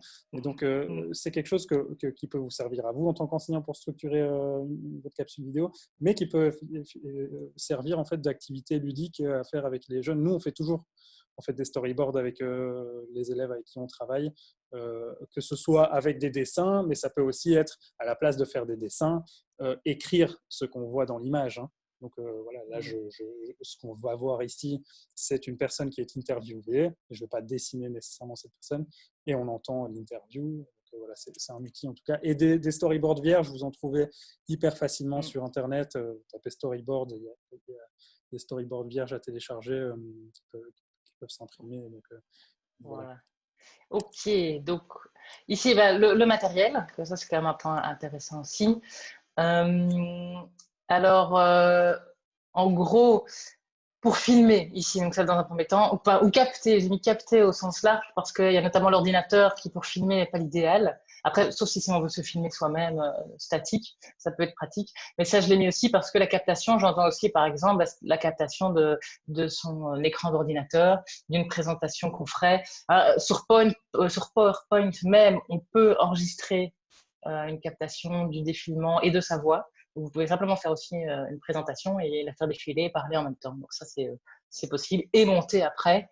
N'oublions pas si on veut quand même que ce soit relativement court. Mais alors, les trois autres ici qui sont là, c'est donc la tablette, le téléphone et l'appareil photo. Ça, c'est plus évidemment pour filmer et c'est plus mobile qu'un ordinateur si on a besoin de bouger. Je ne sais pas si tu veux dire un point peut-être au niveau technique rapidement sur les avantages de chacun et les inconvénients qui en découlent. Bah, effectivement, ce qui est chouette, en fait, je travaillais à quelques écoles qui avaient eu, je ne sais pas, un subside pour acheter, par exemple, des tablettes et qui avaient une vingtaine de tablettes. Et donc, on pouvait utiliser les tablettes pour un projet. L'avantage de la tablette, c'est déjà que ici, c'était un outil qui appartenait à l'école, mais l'écran est évidemment plus grand qu'un téléphone portable. Et donc, c'était assez pratique pour pouvoir faire du montage vidéo sur la tablette, de filmer, etc. Et donc, ça, c'était assez chouette. Et c'est effectivement beaucoup plus mobile qu'un ordinateur où la possibilité pour, en tout cas, tourner en conditions de reportage est un peu plus complexe qu'avec un appareil photo, un téléphone ou une tablette. Le téléphone, l'avantage absolu, c'est qu'en fait, bon, sauf si vous avez des élèves qui sont hyper jeunes, mais a priori, il y a énormément de jeunes qui ont un téléphone portable, un smartphone, surtout si on les fait travailler en groupe, il y a forcément voilà, l'un ou l'autre qui peuvent, des téléphones qui peuvent se transmettre, et donc c'est quand même un outil qui est assez accessible, en fait, on va dire, aujourd'hui, et qui permet de filmer de manière très correcte et de réaliser. Moi, j'ai réalisé des projets avec des jeunes intégralement au smartphone, tournés au smartphone et montés sur smartphone. Ça a ses côtés complexes, mais c'est en tout cas on peut faire un projet intégralement quasi avec un smartphone. Les appareils photo, si vous en avez, si l'école en a, c'est super, mais ça reste quelque chose qui généralement est assez coûteux, donc c'est pas toujours accessible. Parfois, on a un appareil photo dans l'école, ou je veux dire, avec un subside, on arrive à en avoir un ou deux, mais du coup, si on veut travailler avec une classe entière, c'est parfois un peu compliqué. C'est déjà arrivé, si on fait des petits groupes et que chacun part à tour de rôle. Mais par contre, en tant que professeur, si vous avez accès à un appareil photo qui filme avec une bonne qualité, ça peut toujours être intéressant, notamment parce qu'on peut facilement y intégrer un micro, etc. Quoique, je vais vous montrer après qu'en fait, c'est possible aussi avec un smartphone. Mais donc, voilà. Ouais.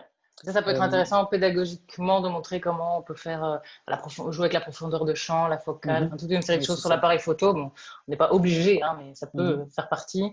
Et alors, moi, ce que j'aime bien aussi quand même avec le smartphone, c'est que même si les jeunes en ont un et qu'ils l'utilisent tout le temps, mais que ici, vont voir qu'on peut faire on peut faire des vidéos autrement que juste sur Instagram ou TikTok, hein, où là, en général, ils utilisent le truc intégré. Ici, on peut montrer, et on les citera juste après, d'autres applications qui sont bien fichues pour faire quand même des vidéos de meilleure qualité. Et ils vont pouvoir faire des productions un peu plus artistiques, même si c'est des choses très artistiques sur les réseaux sociaux. Je sais pas non plus. Mais comme ça, et cet outil-là, après, ils vont pouvoir l'utiliser et continuer à se dire, bah, tiens, mon téléphone, je sais quand même utiliser autrement. Donc, c'est intéressant aussi, pédagogique, je le trouve. Juste, je vois une question là de Bouchra qui demande Oui. si pour travailler à l'éducation aux médias avec ses apprenants, un enseignant doit forcément avoir une formation dans ce sens ou s'auto-former.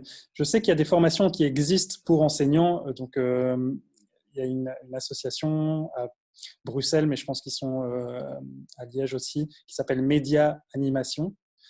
Eux, ils organisent régulièrement des formations à destination des enseignants pour former à l'éducation aux médias, pas nécessairement techniquement, donc c'est pas toujours pour utiliser des outils audiovisuels et réaliser un projet, mais c'est parfois pour analyser du contenu audiovisuel, analyser le journal télévisé, analyser des films, toutes sortes de productions audiovisuelles différentes. Donc il y a la possibilité de s'éduquer aux médias, enfin, en tout cas d'avoir une formation à l'éducation aux médias avec par exemple média animation, mais il existe sans doute plein d'autres formations.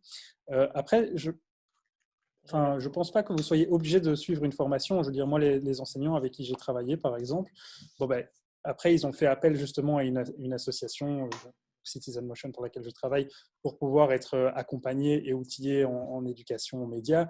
En quelque sorte, ça les a formés, je dirais, en réalisant le projet avec nous, mais eux-mêmes n'avaient pas nécessairement eu une formation d'éducation média, donc ils se sont intéressés eux-mêmes à ce type de projet, ils ont voulu eux-mêmes lancer ce genre de projet-là, et c'est comme ça qu'on les a réalisés. Donc, c'est à vous de voir, à mon avis, si vous avez envie de vous auto-former, aller plus loin ou pas.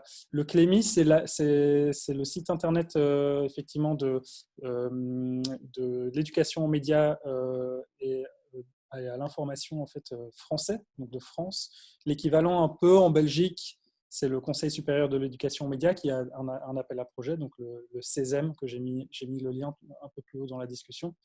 Mais effectivement, sur le Clémy, il y a pas mal je pense, de ressources, en fait, des recherches ou même des exercices pratiques à faire. Donc, c'est possible de s'auto-former, je pense, avec ça. Et Ça, Canop? oui, c'est Daniel qui nous dit ça, ouais. Et donc Canop ou Canopé, tu connais? Non. Ah, ben voilà.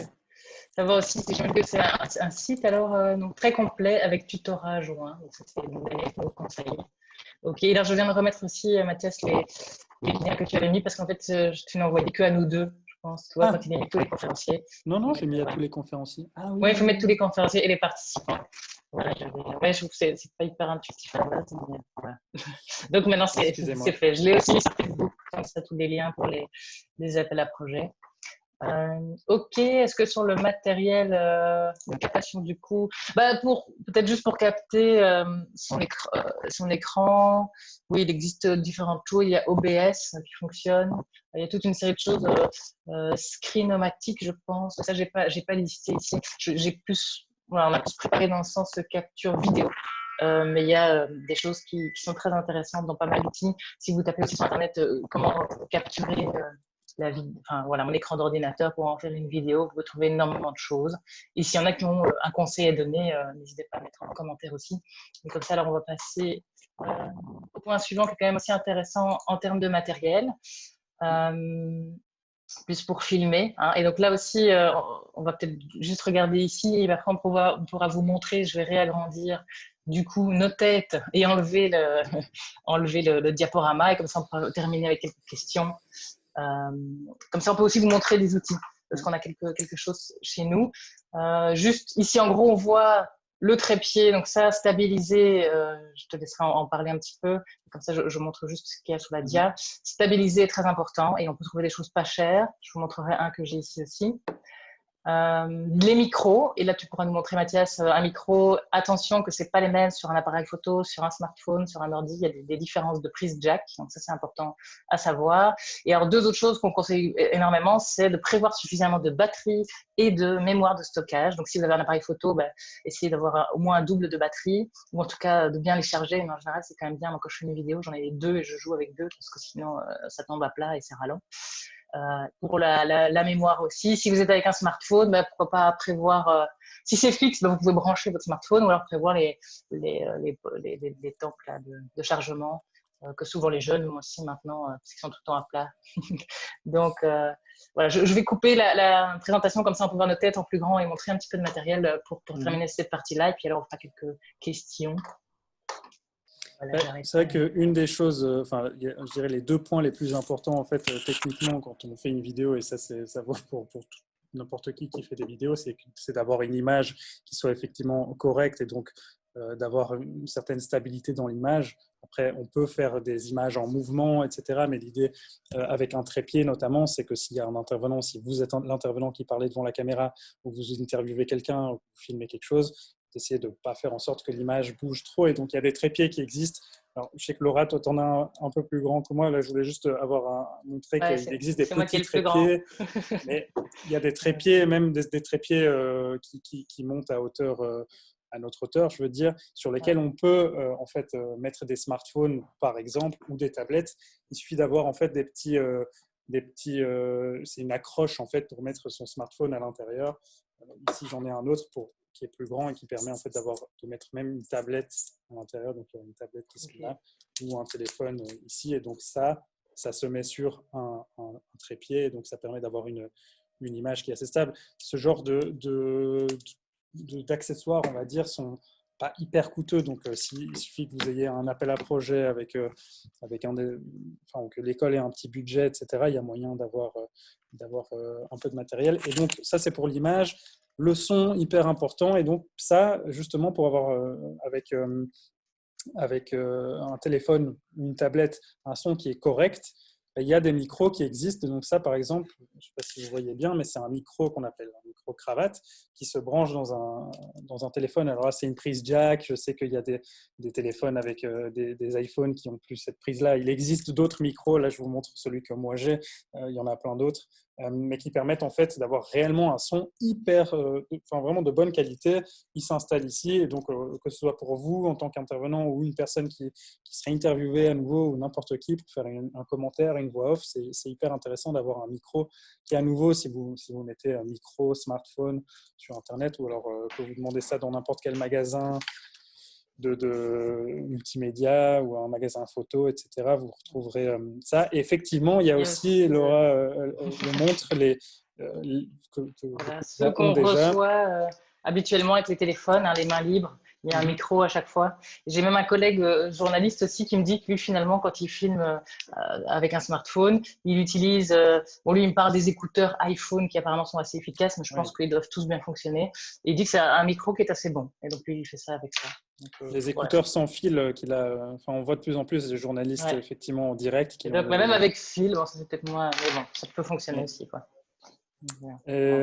Donc ça, le son assez important, et les trépieds. Après, il y a plein d'autres accessoires. On peut ajouter de la lumière, on peut avoir des stabilisateurs incroyables, on peut avoir mille et une choses, mais je dirais que un kit de base, ce serait bien de pouvoir se constituer d'un trépied et d'un micro, et avec ça on peut tout à fait se débrouiller, avoir quelque chose de correct. Et franchement, encore une fois, il en existe plein des différents, mais il y a moyen de s'en sortir pour des prix qui sont vraiment pas très élevés, quoi. Ouais, c'est ça c'est la base. Et alors moi j'ajoutais la question de la mémoire et de la batterie. Et donc sur un téléphone de plus en plus de téléphones, on ne sait pas rajouter de mémoire. Avant, on savait un peu plus souvent. Donc là, il faut alors réfléchir en fonction de votre organisation dans le cloud, ou j'en sais rien, ou vider votre téléphone avant de filmer, sinon vous allez vite être à court, parce que ça prend quand même beaucoup de place. Donc là, il faut juste y penser. Et alors, il y a Dominique qui me signalait, c'est très juste, c'est que j'ai coupé la présentation, mais il y a encore le point montage quand même qui est important. Et donc, on peut peut-être vite faire ce point-là. Si vous avez déjà des questions, posez-les quand même maintenant, comme ça, voilà, parce qu'il est… Bon, après, si ça ne vous dérange pas, on terminera. Alors, on aura fait 1h30, on terminera à 18h. Mais donc, on va quand même vite faire ce point montage. Et alors, il y a Thérèse qui me dit qu'il existe un démarrage sans devoir mettre son doigt sur son smartphone. Est-ce que c'est une question, peut-être, je ne sais pas. Est-ce qu'il y a moyen, du coup, c'est vrai que si on veut peut-être pouvoir allumer son téléphone à distance aussi, j'imagine. Ça, c'est peut-être là la question, parce que c'est vrai que si on voit… ça, c'est une bonne question. Il y a peut-être un minuteur aussi, ou des petites télécommandes. Des petites télécommandes, etc. Après, donc ça, il faut vous que je me suis jamais posé cette question, parce qu'en fait, moi, j'enlève cette partie-là au montage. Donc là, même si vous n'avez pas envie de faire un grand montage, on va le voir d'ailleurs, ça me permet d'enchaîner avec le dernier point. Il y avait encore un point sur la diffusion et l'hébergement, mais je pense que le montage est quand même plus important pour notre sujet aujourd'hui. Donc ça nous permet de vite enchaîner là-dessus. Je vais remettre Et donc, il y a moyen de faire très court, si vous n'avez pas envie de vous embêter avec un énorme montage, au moins d'enlever le début et la fin pour ce genre de choses. C'est quand même intéressant. Alors, oui, non, je dois partager mon écran, ça ne marche pas. Voilà, je ne sais pas si vous avez déjà peut-être commencé à parler du montage. Pour le montage vidéo, en fait, à nouveau, il existe des centaines d'applications différentes, etc. Certaines qui sont évidemment payantes, la plupart. Moi, je connais 2-3 applications qui sont gratuites en fait sur téléphone, notamment. Donc, les projets qu'on a réalisés avec des jeunes, où l'idée c'était de les faire monter sur smartphone ou sur tablette, et que ça puisse fonctionner autant sur les téléphones Android, on va dire, et les téléphones en iPhone, parce que bon, évidemment, parfois il y a des applications qui ne fonctionnent pas sur les deux. Et donc j'avais un petit peu fait le tour, et il y a une application, en tout cas KineMaster, qui est notée là. Donc, je ne sais pas si normalement vous voyez le PowerPoint. Ouais. Le deuxième logiciel KineMaster, celui-là est gratuit, enfin en tout cas une version gratuite, puis il y a une version payante, mais il existe autant sur Android que sur Apple. Et en fait, c'est vraiment une application assez complète de montage qui est assez intuitive aussi. Il existe des tutoriels en fait qui sont intégrés à l'application pour pouvoir comprendre un petit peu comment ça fonctionne. Et donc ça, c'est vraiment un chouette programme qui permet aussi de filmer directement à l'intérieur de l'application. Donc si vous avez déjà préparé votre structure et que vous devez faire quelque chose assez rapidement, vous pouvez intégrer directement les vidéos que vous filmez à l'intérieur de l'application en fait, pour directement commencer à couper dedans à la suite. Une application qui est aussi gratuite, que je viens de découvrir, en fait, que je voulais utiliser pour mon prochain projet. Donc, je ne l'ai pas testé, mais il m'a l'air hyper bien. C'est VN. Pour Vlog Now, je pense. Et elle a l'air assez complète aussi. Donc, si vous voulez la tester et me dire ce que vous en pensez, n'hésitez pas. Et alors, Premiere Rush, j'ai quand même voulu mettre ça. C'est Adobe Premiere Rush. Elle est payante avec une formule, je pense, d'abonnement avec la suite Adobe. Je le dis parce qu'en fait, il y a parfois des écoles, ça arrive, qui ont une suite Adobe dans leur dans leur salle informatique, ou alors des profs, des enseignants qui ont la suite Adobe. Et donc ça, c'est une application, en fait, elle est bien parce que c'est une application simplifiée, un logiciel de montage simplifié par rapport à Adobe Premiere Pro, qui est la version professionnelle, que moi j'utilise par exemple. Mais en fait, Premiere Rush permet de commencer par exemple un montage vous-même et d'éventuellement l'envoyer à quelqu'un qui pourrait le terminer sur Adobe Premiere Pro si vous vouliez professionnaliser le montage ou faire terminer par une association, etc. Donc ça pourrait permettre de faire le montage en 2 temps, avoir une première partie réalisée par vous ou par les élèves éventuellement et le terminer sur Adobe Premiere Pro, même si on peut tout à fait terminer ça sur Premiere Rush. Et alors, il y a même des petits textes, des animations de texte à intégrer, voilà, il y a quelques petites choses à rajouter en fait au montage, donc elle est hyper intuitive aussi. Sur téléphone, pas sur tous les téléphones, il faut avoir un téléphone récent pour Premiere Rush, mais voilà, elle existe sur ordinateur en fait aussi. Et donc sur ordinateur, ben là, en fonction à nouveau de ce que vous avez à disposition, de ce que vous êtes prêt à mettre comme budget, en fonction du budget que vous aurez pu avoir, mais des différents ordinateurs que vous avez, il y a Windows Movie Maker et iMovie qui sont des choses qui existent déjà sur un Mac ou sur un ordinateur et qui permettent déjà de faire des chouettes choses. Il y a Adobe Premiere Pro, comme je disais, qui est payant. Final Cut, qui est aussi sur Mac seulement, qui est payant. Mais ensuite, il y a des logiciels gratuits qui permettent évidemment de moins faire, mais qu'on a utilisé notamment avec Laura pour un autre projet avec des jeunes. Donc, il y avait Filmora, qui est gratuit et qui permet de monter, d'intégrer pas mal d'effets, de mettre de la musique et d'exporter des vidéos. Et alors, DaVinci Resolve, ça c'est un programme professionnel à la base pour faire de l'étalonnage, donc de la correction de couleurs, mais qui permet de faire en fait du montage vidéo et qui est gratuit en partie. Donc ça, si vous avez envie de vous amuser à faire du montage vidéo avec ça, n'hésitez pas à tester aussi, mais ce sera peut-être un peu plus complexe que Filmora, qui est un peu plus intuitif. Et alors, il y a Alexis qui nous demande si on connaît Position Vidéo, version gratuite. Donc voilà, moi je ne connais pas, je ne sais pas si éventuellement peut-être préciser si c'est sur ordi ou sur smartphone, enfin si tu trouves Position Vidéo. Voilà, du coup si c'était une demande pour qu'on puisse donner un avis, évidemment ça va être voilà, un peu plus compliqué, mais c'est intéressant d'échanger, comme ça tout le monde peut peut-être noter ça aussi. S'il y a d'autres personnes qui ont des idées de programmes de montage que vous utilisez et qui fonctionnent bien, voilà, il y a pas mal de choses qui existent. Il y en a pas mal. J'avais aussi essayé Power Director, qui était vraiment pas mal. Pareil sur téléphone, autant Apple que Android, et qui est pas mal. Mais pour en avoir été, je connais pas Vidéo Position, donc je peux pas me prononcer là-dessus. Mais en tout cas, KineMaster était vraiment un logiciel qui a été hyper intuitif avec les jeunes avec lesquels j'ai pu travailler, ou même les adultes. Et donc, je trouve que c'était un bon logiciel en tout cas pour commencer. Et Alexis nous dit aussi PowToon Vidéo, Powton Vidéo. Je ne connais pas non plus. Donc ça, je pourrais rajouter dans le document. Donc P-O-W-T-O-O-N. Ah oui, oui, Powtoon, c'est... Là, tu connais, toi. mais il me semble que c'est pour créer des vidéos justement animées, comme tu disais tout à l'heure, avec des avatars.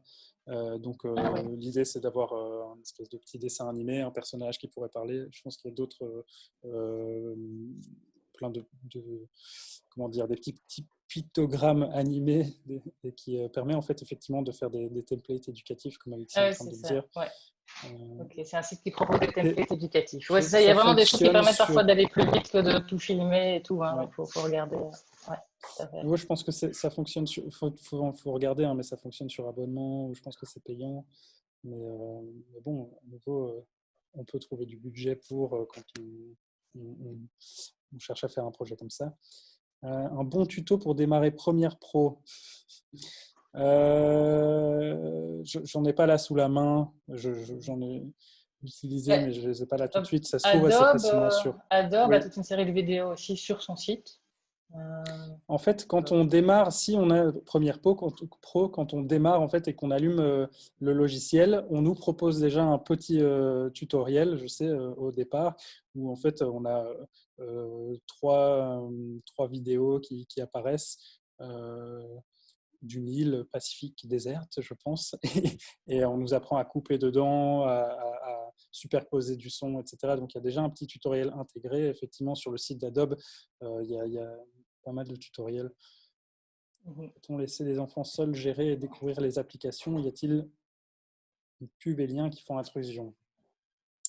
euh, ben, En fait, les logiciels payants, effectivement, n'ont pas de publicité. Donc, Adobe Premiere Pro, il n'y a pas de publicité quand on utilise Adobe Premiere Pro.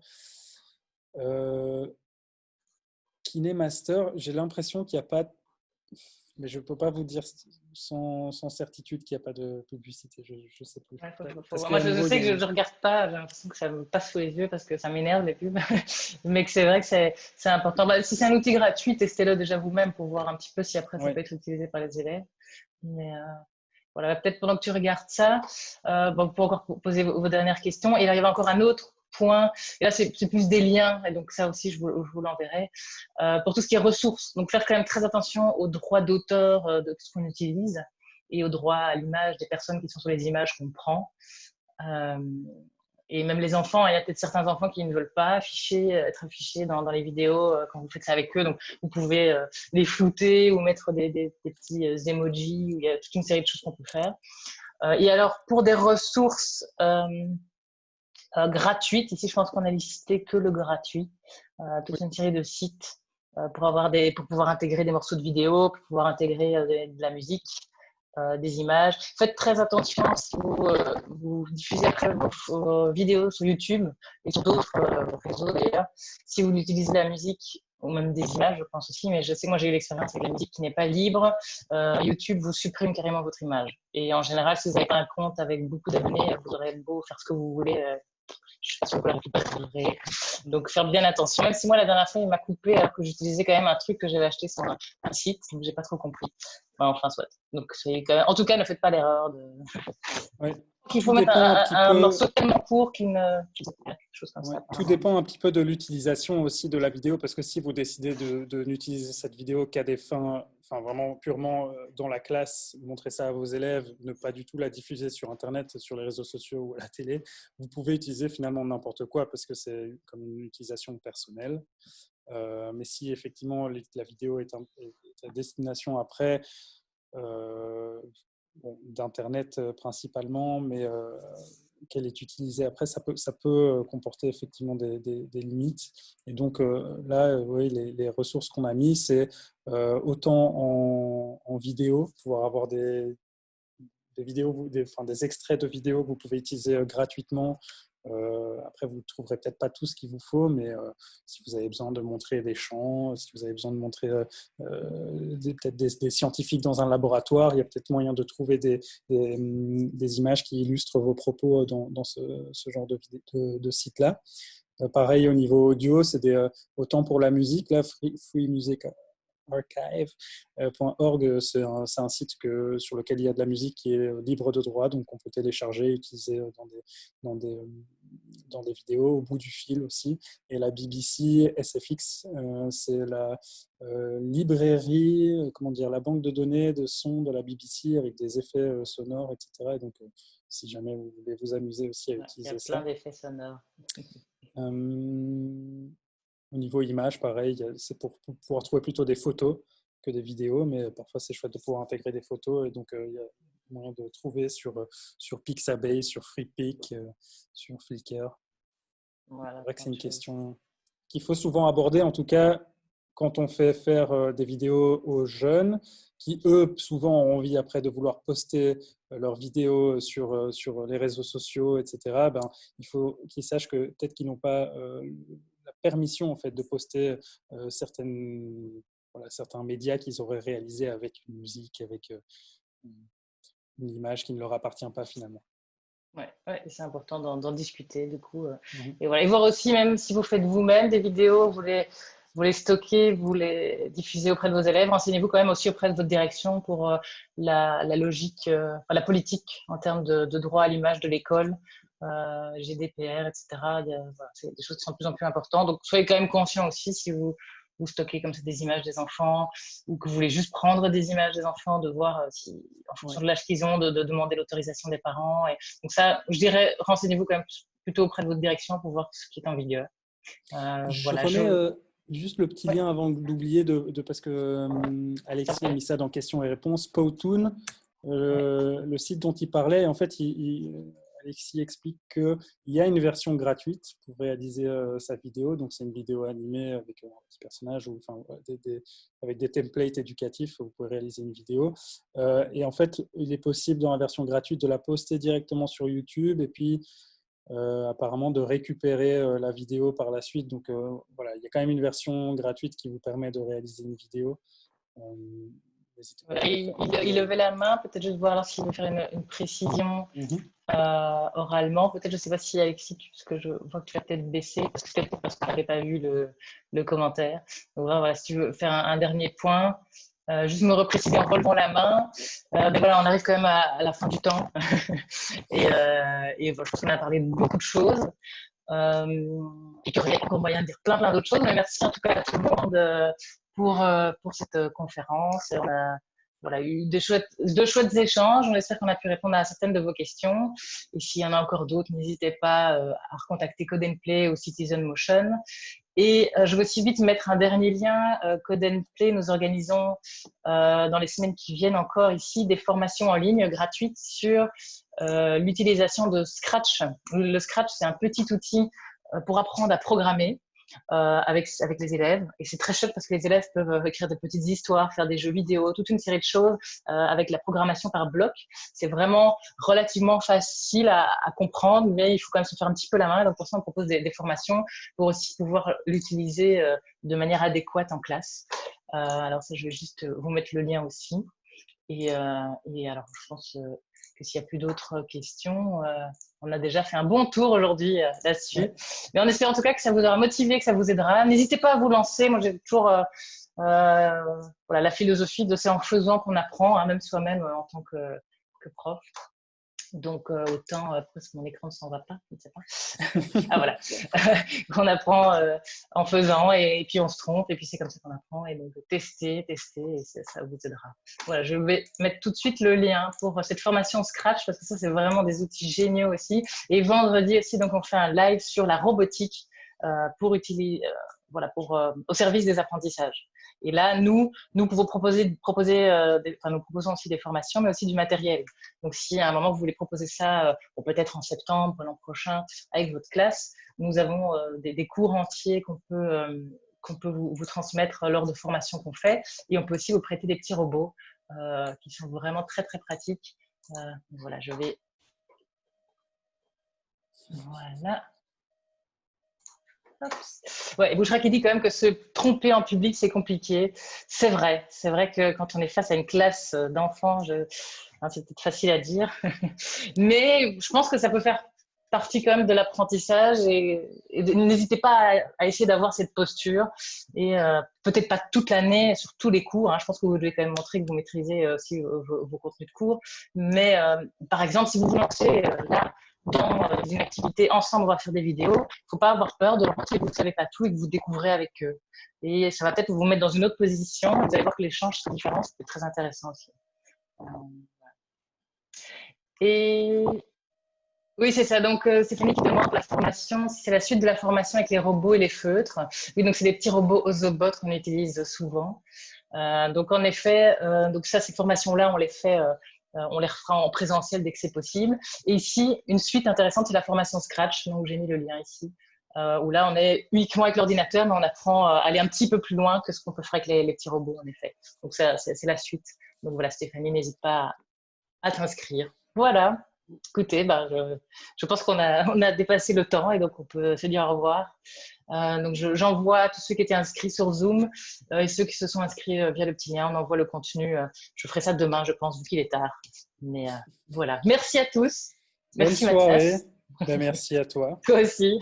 Voilà, je t'avais dit que c'était jusqu'à 5h30. Mais voilà, surprise. C'était un peu plus long. 18h06, catastrophe. Voilà. Eh bien, au revoir tout le monde. Merci beaucoup.